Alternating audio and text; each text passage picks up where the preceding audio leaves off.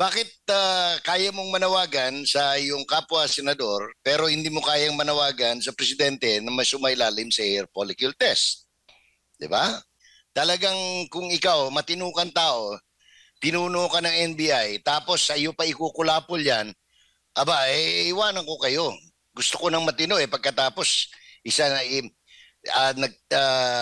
inaayos ko pagkatapos ako ngayon ang lalabas na palalabasin yung masama ay tinamaan ng buenas. Hindi maganda yan. Pinabulaanan din po niya na yung mga akusasyong tumatanggap siya ng payola, yung lagay mula sa sinasabing bagbad daw ng kanyang ahensya. Alam mo kung matagal ka sa Manila Police, ano ka, at tapos bukod sa reporter ka sa Manila's Finest, sa Western Police District, at the same time naging reporter ka rin sa JUCRA, no? Yung Justice and Court Reporters Association.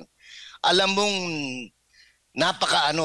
imposible ng SunWest, Saldico. Sino may-ari ng Highton? Si Tonico, kapatid ni Saldico. Ang founder ng lahat ng kumpanyang yan, si Saldico. Oh. Sino ba yung mga iba pang mga St. Patrick, kung ano-ano pa? Oh, puro related kay Speaker Romualdez. Nasa linya po ng ating komunikasyon via Zoom si Ginoong Jay Sonza, isa pong political commentator. Maayong buntag, Sir Jay. Good morning, Jade. Magandang umaga po sa lahat ng mga nakatutok at sumusubaybay, pati na rin doon sa mga late tuners ng palatuntunan ninyo, Jade and Atmar. Po, Sir Jay, unahin lang natin itong ang panawagan ng Senate Minority Leadership ni Senator Tito Soto na magkaroon ng random drug testing. Isailalim sa random drug testing ang lahat ng kawani, opisyal dyan sa Senado. Kasunod nga ito, doon sa mga ulat na may kawani, umano sa Senado ang nahuling nagmamariwana sa gusali. Tinanggi naman po ito ng pinagbibintangan o napagbintangang staff. Maganda pero hindi. Maganda kasi napapanahon, dapat lang. Pero ang tanong ikaw ba nung Senate President ka, Tito, ginawa mo ba yan? Ba't ngayon lang? Di ba? Pangalawa, bakit kaya mong manawagan sa iyong kapwa senador pero hindi mo kayang manawagan sa presidente na mas sumailalim sa air follicle test? Di ba? So, kaya ako sinasabing maganda pero hindi.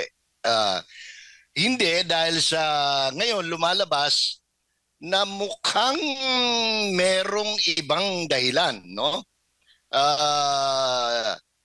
Dahil sa unang-una, number one, doon sa nakakakilala kay Nadia Montenegro, yung artista, dating artista pala, na ngayon ay nagtatrabaho sa office ni Senator Robin Hood Padilla sa Senado. Never siyang na-involve sa drugs in any controversy. At doon sa mga personal na nakakakilala sa kanya, lahat sila nagpapatunay na hindi siya nasangkot sa anumang pagkakalulong o paggamit ng ipinagbabawal na gamot. Now, inamin niya na siya nagbe-vape. At sa vape, iba-iba ang amoy niyan. At ang tanong nga dyan anong tawag nito? Bakit lumabas ito? Yung timing lang, no? Hindi natin kino-question yung kusaan, no? Office of the, anong tawag niya? Security ng Senate. Pero yung timing na pagkatapos ng botohan sa impeachment, alam naman natin yung tanggapan at saka yung si Senator Robin Padilla ay bumoto sa dismissal, no? Kung binago nila ng pangalan yata, archiving at ang tawag nila yan. No. Pero actually, kung na yan equivalent to dismissal. Pagkatapos, naging marubdob ang kanyang panawagan doon sa pagbababa ng sentensya, no? O pagkakakulong doon sa mga minor de edad. The timing itself is suspect, no? Sabi nga sa English. So, tingnan natin sapagkat kung magkakaroon ng investigasyon dito, lalabas at lalabas yan at yung kung magsasailalim sa drug testing at lumabas na hindi talaga gumagana yung ano o nagmariwana si Miss Montenegro, mukhang may katotohanan yun sa pantahan ng ilan, no? This is not in defense of Nadia, who I know personally, no? From the time na teenager pa siya, nag-artista, hanggang sa naging silang magpartner ni Mayor ng Caloocan, no? Madalas kaming nakikita noon, especially pag nag-golf. So, tingnan natin. Pero sabi ko nga, tama naman yung panawagan ni Senator. Pero sabi, parang nahulog yan sa huliman daw at magaling na ihabol pa rin. Dahil nung Senate President siya, hindi naman siya nagkusa. And to think he's supposed to be an exponent of drug-free, no? So, pangalawa, meron nga rin sunod-sunod pag tinignan mo yung social media, nire-review ko, halos mukha niya lahat, puro iisa ang topic. So, there seems to be an effort, no, a PR effort dito sa calling. Unang-una, parang ang tinutumbok ay si Senator Chis Escudero. Alam naman natin na yung nangyari, no, nung impeachment hearing, nung deliberation sa Senate.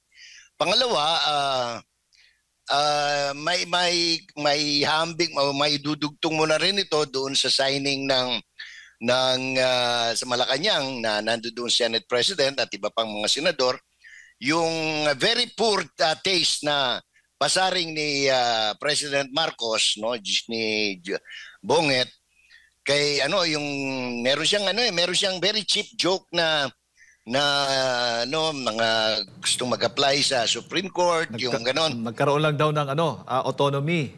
Sabi ng presidente, gusto niyo na mag-Supreme Court? Paano naman? How will Cheese pass his legislation daw? Yan ang kaya nga very very cheap yung saltik kasi unang-una alam naman natin na senador is senador.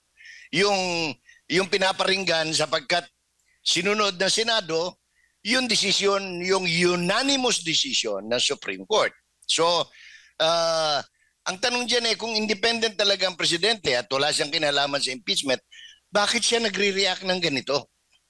Of course, alam naman ng lahat na imposibleng wala siyang kinalaman sa impeachment, no? Anak niya yung #1 signatory. So, anyways, ito yung drama ng nakalipas na linggo.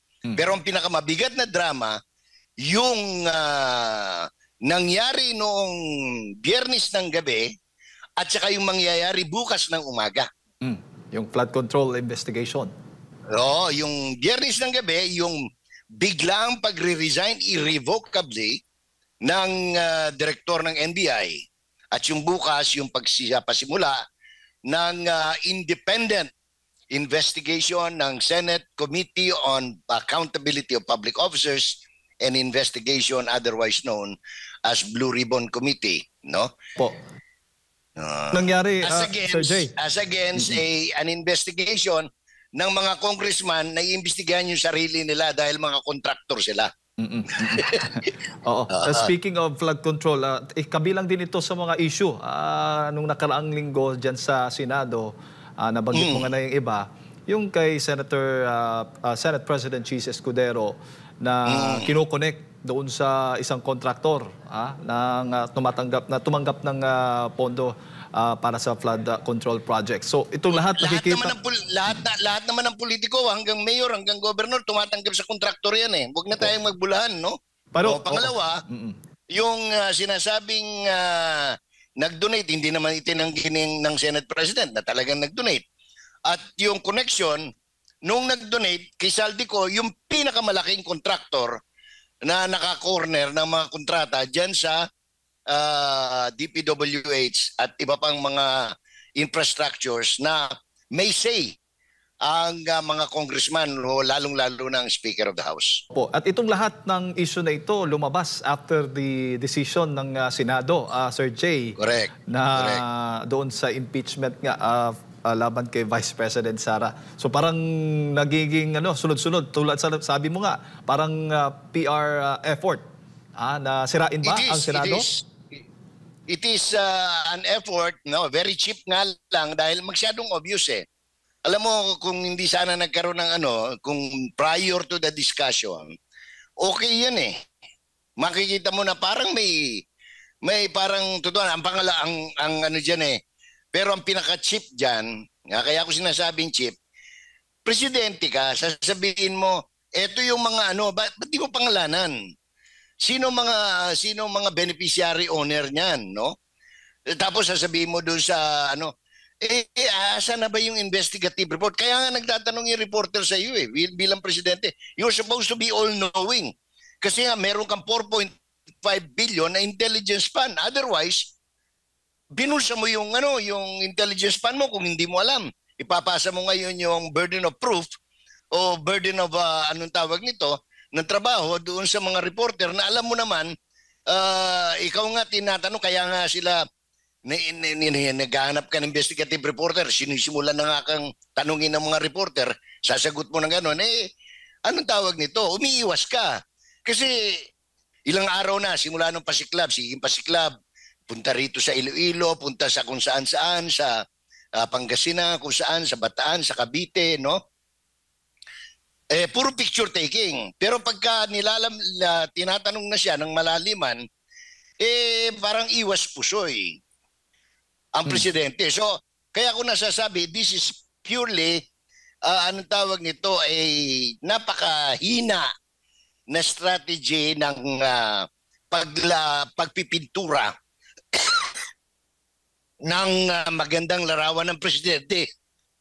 Po, Sir Jay, ang nangyayari ngayon, nag-aaway na, Senado, Kamara, nagtuturoan kung sino ba yung mga tinatawag na mga kontraktor o kontraktor na mga mambabatas nga daw na may nadawit dito nga sa mga contractors na nakatanggap ng bilyon-bilyong pondo para po sa flood control projects. Sino ba talaga? Senado o Kamara? Yan po yung nagiging issue ngayon. Ay, malinaw naman, no? Hindi naman tayo pinanganak kahapon. Lahat ng mga kontraktor ay mga congressman. Di ba? Yung affiliation nila. Ngayon, kung ipapahid nila sa Senado, kwan na yun, naghuhugas kamay. Pero yan, sila Congressman Redon ba yun o ano? Isipin mo, gusto nila sila mag-imbestiga. Paano mo iimbestigahan? Halimbawa, si Redon. Bata ni Saldico yun eh. Panahon pa ng Bicol Saro, no? Ginawa ang congressman yan, no? Tapos inalis. Ngayon, ay nagkakabataan party list. Yung grupo ng mga sinusuportahan ng mga komunista, pagkatapos ngayon ang Bicol Saro kunyari, pero actually related din kay Elizalde Ko. Sino ba si Ko? Siya ang biggest contractor ng public works. At na may control sa pondo ay ang Congress. Opo. At dahil nga, tulad nga ng sabi mo, ay may kinalaman ang ilan nga sa mga kongresista dito nga sa mga contractors ng mga flood control projects, dapat magkaroon ng independent body na talagang siyang mag-iimbestiga ng lahat na ito.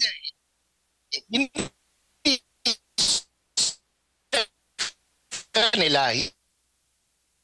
Nako. Sir Jay, hindi siya congressman, Construction and Development Corporation. Sino may-ari? Si Congressman, si Congressman Adjong, di ba? Oo. Ulitin mo nga, Sir Jay, kasi nga naputo lang yung signal mo kanina. So dahil nga nauugnay yung mga kongresista, yung mga mambabatas dito sa issue na ito, yung isang independent body talagang dapat manguna at mag-imbestiga dito sa issue ng flood control projects. Hindi pwede kasing Kongreso, Jade. Kasi number one, halos lahat sila, pinangalanan na nga naglabas na nga na listahan 67 congressman. Example na lang, para hindi nila sabihin na we're talking in riddles. MMA Construction and Development Corporation. ano yung MMA? Mamintal Adjong, pag-aari ng pamilya ni Congressman Adjong, nakaupo sa Kongreso, no? Sino bang may-ari ng pinakamalaking construction na nakakorner ng maraming kontrata sa Pampanga? Si former Deputy Speaker, Senior Deputy Speaker, Aurelio Dong Gonzales. Oh. Sino may-ari ng SunWest? Saldico. Sino may-ari ng Highton? Si Tonico, kapatid ni Saldico. Ang founder ng lahat ng kumpanyang yan, si Saldico. Oh. Very sino ba yung mga iba pang mga St. Patrick, kung ano-ano pa? Oh, puro no related kay Speaker Romualdez. So paano mo sino maniniwala sa investigasyon nila? Oh. Pero mas pabor ka na dito sa Senado, magsasagawa sila bukas nga magsasagawa sila ng investigasyon sa pangunguna ni Senator Marcoleta. Alam mo bakit pumapayag tayo o okay na yan? Kasi number one, ang Senado, ang mga senador ay elected at large ng buong Pilipinas. In other words, tayo lahat. Hindi, sa Kongreso kasi, mga district yan. Halimbawa, sino bang bumoto kay Gonzales noon? Di ba? Pampanga, 3rd District. Sino bumoto kay Adjong? Isa sa mga distrito sa Lanao. Ano lang, more than 100, 200,000 votes lang. Ito, milyon ang bumoto. Ibig sabihin Pilipino. Now, pangalawa, kilala naman natin si, pangalan nito, na independent.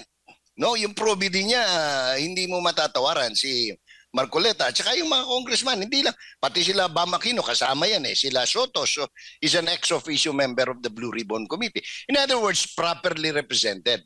So, more or less, there is a semblance of fairness and objectivity in the conduct of the Blue Ribbon Committee, Jade. Opo. At si Mayor Benji Magalong ay isa nga sa mga iniimbitahan dyan sa Kamara. Gusto nga ng Kamara na ipakita, patunayan ni Mayor Benji Magalong yung mga sinasabi o yung mga pahayag niya. Pero na-monitor ko sa interview niya, yung mga ambush interviews niya, ayaw niyang ibigay yung mga ebidensya. Gusto niya ibigay doon sa presidente, sa ehekutibo mismo. Of course. Sabi ko nga, ako nga ang suggestion ko sa Blue Ribbon Committee is to invite Mayor Magalong as an amicus curiae. Ibig sabihin, an expert, anong tawag nito, to provide assistance. Kasi number one, magaling na investigador yan. If you remember siya nag-imbestiga sa Mama Sapano, candidate siya for Chief of Police, sinakripisyo niya yun. Nilabas niya talaga ang totoo. So walang makaka-question sa pagiging independent ni Mayor Magalong, di ba? Ni General Magalong. Pangalawa, pwede namang isabpina ducis tecum,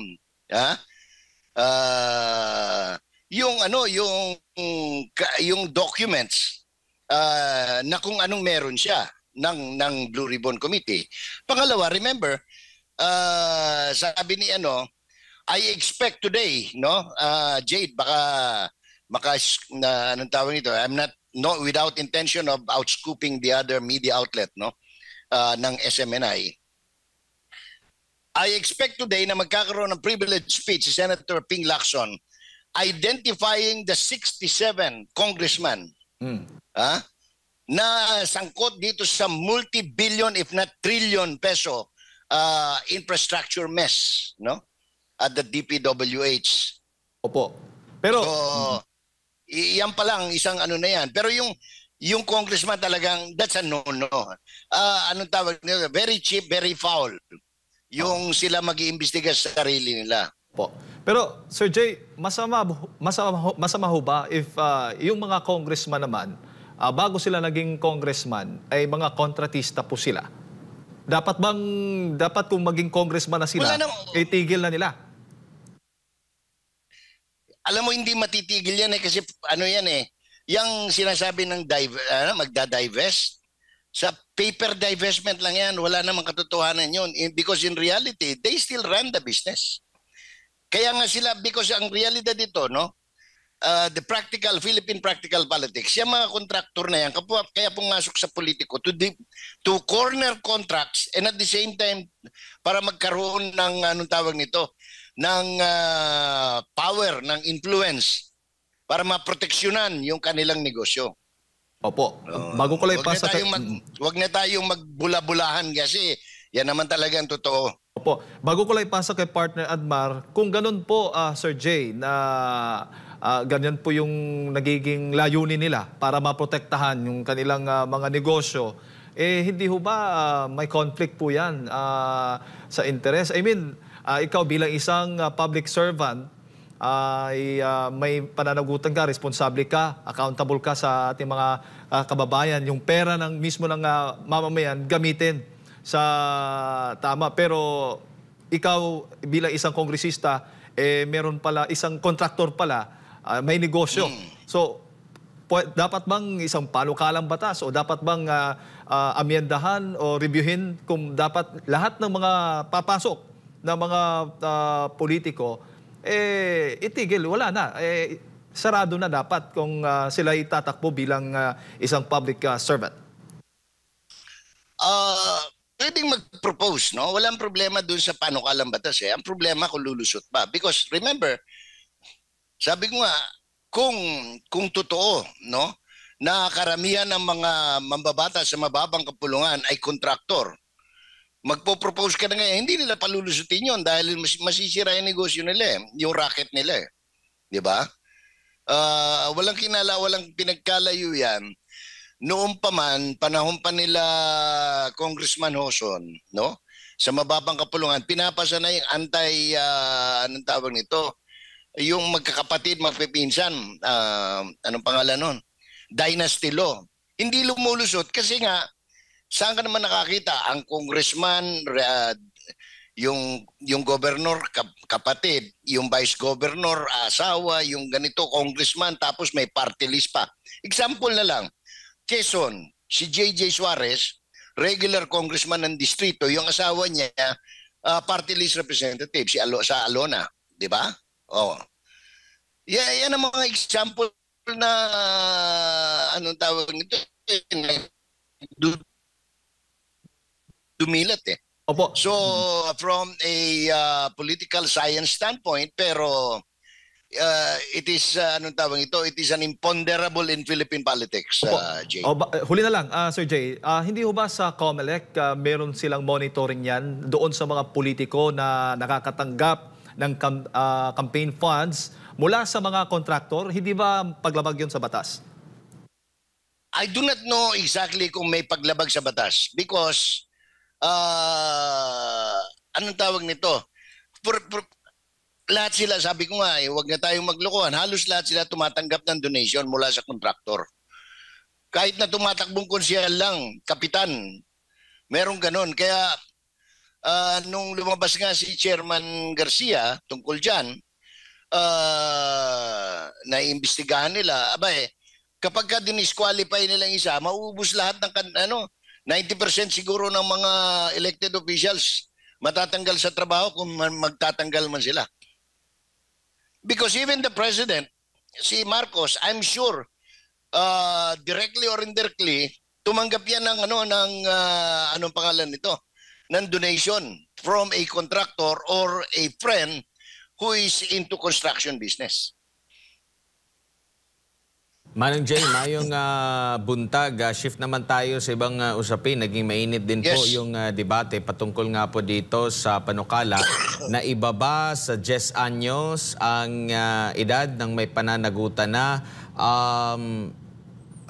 incumbent po or kasalukuyan na pong balik Senado po yung naging principal author nito sa katauhan ni Senador Pangilinan at nakatapat niya sa debate yung nagpanukala mismo si Senador Robin Hood Pamilya. Anong nakikita niyo po dito, Manong Jay? Uusad ba ito considering marami-rami na rin ang mga suporta o ukol nga po dito? Siguro ay nakikita nila sa mga balita maya't maya merong mga na-involved na mga mga minor de edad na sa mga krimen, yung iba pa, mga karumal-dumal. Correct. Hindi lang yan. Ano? Alam mo, noong pa man, noong ipinasayan, nagpapanukala pa lang si Congressman, si Senador Kiko Pangilinan. Aktibo pa ako noon sa anong tawag nito, sa journalismo. Kontra na ako riyan sapagkat we were really thinking at that time na gagamitin ito ng mga sindikato. Dahil noon pa man ginagamit na talaga yung mga minor de edad kasi nga kahit na sabihin mong 12 anyos pa noon ginawang 15, di ba? Talagang ang dami ng ako'y matagal na reporter sa pulis bago ako naging anong tawag ito, nung bago-bago pa lang ako. Talagang ginagamit yung mga bata either tula, courier, anong tawag ito, lookout, no? Ng mga heinous crime. Kaya nga at tama naman, how can you argue with Senator Robin Padilla na yung mga minention niyang experience, no? Katotohanan. So, hindi ako magtataka kung lulusot yan. Siguro magkakaroon lang ng additional debate dyan, Admar, whether it is 7 or 10 years old, no? Pero definitely, dapat talagang totally alisin na yung Pangilinan doctrine na yan sapagkat it does not help even the law enforcement or the pillars of justice. Kasi kumbaga sa mga abogado, if you follow the Pangilinan doctrine or the law, nagiging stoppel ka ano? Na bumabangga ka sa pader dahil pagdating doon, hindi mo pwedeng pakulong yan kasi nga tapos sasabihin, dalagay lang sa babalik, gagamitin at gagamitin pa rin Opo, at kapansin-pansin nga yung mga CICL na yan, minsan pa nga, nagdadala pa nga sila ng sarili nilang mga birth certificate. At sinasabi nila na minor de edad ako. So ibig sabihin, may alam na sila, hindi yan parang isip ng mga bata noon. Ano na sila parang napaka-mature na nila para malaman na may ganitong batas at hindi tayo huhulihin dahil hindi ka pwedeng ikulong. Oo, hindi tayo pwedeng ikulong dahil sakla tayo. So doon pa lang alam mo na may isip na yung mismong involved na bata, kaya sa tingin ni Senador Robin Hood Padilla na dapat ibaba na ito. Sa tingin niyo po may problema din sa implementation kasi nga may mga batas din tayo. Ito rin yung problema natin, Manong Jay. Maraming mga batas, medyo doon sa implementation na mahina. Kaya needed siguro na amyendahan na lang para mas maging epektibo at mas madali yung implementation. Hindi lang sa magiging madali. Unang-una, talagang sabi ko nga, hindi lang ito sa heinous crime, Admar, no? Tandaan mo, ang daming klase ng sindikato na ginagamit ang bata. Yung namamalimos, sindikato rin yan. Hindi yan namamalimos dahil sa may kasalatan sa buhay sila. Kinakahon yan paggabi, pagkatapos pag umaga, madaling araw pa lang, dinidistribute na yan sa kung saan kanto. Yung mga badyaw-badyaw na yan, yung mga bata. Ang laki sindikato niyan. Milyon ang kinikita ng sindikato diyan na baka hindi alam ng iba, no? Ilang beses ako gumawa ng mga special reports yan when I was a reporter, Admar, no? Baka akala nyo, yung mga namamalimos, pabarya-barya yan. Pero pagka kinuha na yan ng sindikato, dinala na dun sa kanilang, anong tawag nito, kampo, ang bilangan dyan talagang, alaking pera, no. Tapos dinodroga pa yan yung mga bata, no. Kaya makikita mo kung minsan may kalong-kalong na bata na anong tawag nito, dinodroga yan para kunyari tulog. Maraming kalokohan ang lipunan, no. Nakakaisip ng kamalian. Kaya importante na talagang magkaroon tayo ng mga sagka, no. Dito sa klase ng pang-aabuso. Kasi alam nila, kaya nila lusutan yung batas. And I am sure kung talagang nagmamahal tayo sa lipunan, yung ibang mambabatas will support, no?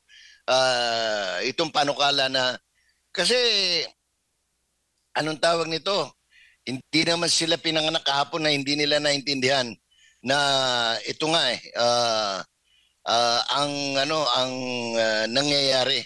Tsaka masyado nating ini-spoil yung mga sindikato diyan sa Pangilinan Law na yan, Admar. Opo, Sir Jay, huli na lang mula po sa akin. Yung nabanggit mo kanina, last Friday na big issue, ito nga ang pag-resign ni NBI Director Jaime Santiago na umano'y nag-resign dahil sa orchestrated move to blacken his reputation. Ika nga, ano ba ang nagulat po ba kayo at ano bang personal na pagkakilala po ninyo dito nga po kay Director Jaime Santiago? Well, kung sa punto ng pagkakilala, patrolman pa lang yan, kilala ko na, no?